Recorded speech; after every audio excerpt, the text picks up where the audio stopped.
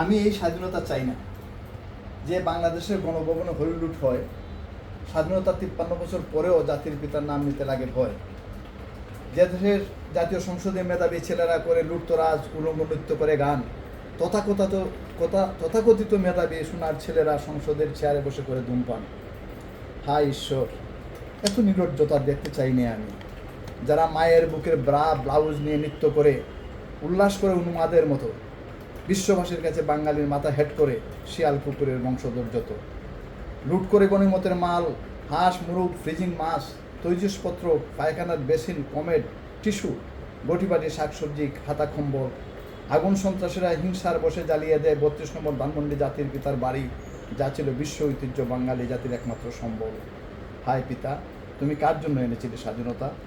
ঢেলে 30 লক্ষ মানুষের বুকে তাজা রক্ত, মেধাবী ছেলেরা তোমার মাথায় ভাস্কর্য আর কি প্রস্রাব করে, অসহায় চোখে অশ্রু ঝরে, কিছুই নেই করিবার।